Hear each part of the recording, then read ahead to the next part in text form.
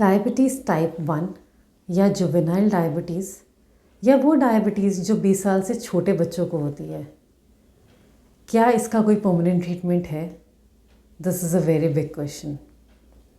Hello, I am Dr. Indupreet, a lifestyle transformation expert, and in continuation to my series Getting Rid of Diabetes, आज हम बात करेंगे diabetes type 1 के बारे में. वो डायबिटीज़ जो छोटे बच्चों को होती है एंड सडनली डायग्नोस होती है. एंड जब ये डायग्नोस होती है तो एक बार ऐसा लगता है जैसे ज़िंदगी रुक ही गई है. बट घबराइए नहीं, इसका भी ट्रीटमेंट है. हाँ, इसमें हमारे जो पैंक्रियाज है वो कुछ इंसुलिन कम बनाना शुरू कर देते हैं और प्रोडक्शन इंसुलिन की कम हो जाती है. जो पैंक्रियाज में इंसुलिन बनाने वाले सेल्स हैं वो भी कुछ कम काम करने लगते हैं. लेकिन अगर हम उसके साथ साथ लाइफस्टाइल ट्रांसफॉर्मेशन पे भी काम करें तो थोड़े बहुत इंसुलिन से हमारा काम चल सकता है. एंड अगर कुछ बहुत अच्छे से लाइफस्टाइल में चेंजेस किए जाएं तो कुछ हद तक बच्चों के इंसुलिन छूट भी जाती है. लेकिन लाइफस्टाइल ट्रांसफॉर्मेशन बच्चों के लिए थोड़ा मुश्किल होता है. तो इसलिए हमारे लिए बेटर ये होगा कि अगर हम समझ जाएं कि ये डायबिटीज़ होती क्यों है, इसके इनिशियल सिम्टम्स क्या होते हैं और इसको हम इंसुलिन के साथ साथ और किस चीज़ से बेटर ट्रीट कर सकते हैं, तो थोड़ा सा हमारी प्रॉब्लम सॉल्व हो सकती है. परमानेंट ट्रीटमेंट इसका 100% गारंटेड नहीं होता, लेकिन काफ़ी हद तक हम अपने बच्चों के बेटरमेंट के लिए बहुत कुछ है इसमें जो हम कर सकते हैं. तो इसमें हम सबसे पहले समझेंगे कि ये जो डायबिटीज़ है ये होती क्यों है. इसका कुछ एक स्पेसिफिक रीज़न नहीं है, लेकिन बहुत सारे टेक्स्ट में और हमारे एक्सपीरियंस से भी वी कैन से कि जब भी हमारे पास कोई बच्चा आता है जिसको डायबिटीज़ टाइप 1 है तो उसका कोई ना कोई रीसेंट वायरल इन्फेक्शन की हिस्ट्री ज़रूर होती है. मोस्ट ऑफ़ द केसेस में हमने ऐसा देखा है कि अभी कुछ महीने पहले या कुछ टाइम पहले कंटिन्यूस वायरल फीवर होता रहा या बहुत हाई ग्रेड फीवर हुआ एंड उसके बाद कुछ टाइम बाद पता लगा कि उसको डायबिटीज़ है. दूसरा कारण है milk consumption other than human milk.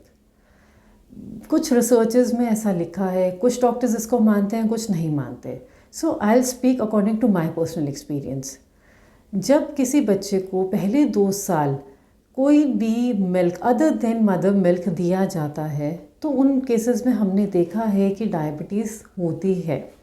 कुछ केसेस में जिनकी ऑलरेडी कुछ प्रिडिस्पोजिशन है, कुछ बॉडी में प्रॉब्लम है जो कि अभी तक पता नहीं लगी है, तो उनमें अगर मिल्क कंजम्पशन ना हो पहले 2 साल मदर मिल्क और उसकी जगह पे कुछ और कोई आर्टिफिशियल पाउडर्ड मिल्क या किसी और मैमल का मिल्क अगर दिया जाता है तो उन केसेस में भी काफ़ी हद तक डायबिटीज़ टाइप 2 देखी जाती है. इसके अलावा एक तीसरा रीज़न होता है ऑटो इम्यून डिजीज़ या ऑटो इम्यून रिएक्शन. कई बार आर्टिफिशियल जो हम लोग नॉन ह्यूमन मिल्क देते हैं उसकी वजह से हमारी बॉडी की जो इम्यूनिटी है वो ओवर रिएक्ट करती है. बॉडी में कुछ ऐसे रिएक्शंस होते हैं जिसकी वजह से ऑटो इम्यून डिजीज़ हो जाती है. और ऑटो इम्यून डिजीज़ के कुछ और कारण भी होते हैं. तो ये तो इसके 3 कॉजेज़ हम बोल सकते हैं जो अभी तक हम लोग फाइंड आउट कर पाए हैं या जो हमारे एक्सपीरियंस से हम कह सकते हैं. इसके अलावा अब इसके कुछ इनिशियल सिम्टम्स होते हैं जस्ट लाइक डायबिटीज़ टाइप 2, जैसे कि बहुत ज़्यादा भूख लगना, बहुत ज़्यादा प्यास लगना, एक्सेसिव थर्स्ट या एक्सेसिव हंगर, बहुत ज़्यादा टायर्डनेस या फिर एक्सेसिव वीकनेस. ये इनिशियल सिम्टम्स कई बार हमें बच्चों में दिखते हैं और हम इग्नोर कर देते हैं. तो आई वुड रिक्वेस्ट कि अगर आपके बच्चों में आपको कभी भी कुछ ऐसा दिखे तो आप इमीडिएटली अपनी एटलीस्ट पीडियाट्रिशियन से बात करें और रूल आउट करने की कोशिश करें कि इन सिम्टम्स का रीज़न क्या है. इसके बाद अब अगर ये तो हमने समझ लिया कि सिम्टम्स क्या होते हैं, कारण क्या होते हैं, लेकिन अगर किसी को हो ही जाए, डायग्नोस भी हो गया, तो अब वो क्या कर सकते हैं.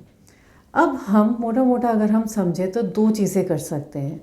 एक तो ये कि हम बच्चों को कुछ ऐसा खाना दें जिससे कि उनकी बॉडी को इंसुलिन प्रोडक्शन की बहुत ज़्यादा ज़रूरत ना हो। थोड़ा बहुत बाहर से इंसुलिन लेके थोड़ा बहुत जो बॉडी बना रही है उससे हमारा काम चलता रहे। और हम बार बार खाना ना दें जिससे कि हमारे जो पैंक्रियाज हैं, जो सेल्स हैं, उसको थोड़ा रेस्ट मिल जाए। क्योंकि अगर हम कुछ भी खाते हैं तो उसको डाइजेस्ट करने के लिए उसमें से जो शुगर हमारे ब्लड में गया है उसको सेल्स तक पहुंचाने के लिए हमारे पैंक्रियाज को इंसुलिन बनाना पड़ता है। जितनी बार खाना खाएंगे उतनी बार पैंक्रियाज को काम करना पड़ेगा। तो अगर हम खाने का जो रिपीटेशन है या जो फ्रीक्वेंसी उसको कम कर देंगे तो हमारे पैंक्रियाज को बहुत ज़्यादा काम नहीं करना पड़ेगा, वो एग्जॉस्ट नहीं होगा, उसको रिकवरी टाइम मिल जाएगा और वो रिकवर कर पाएगा।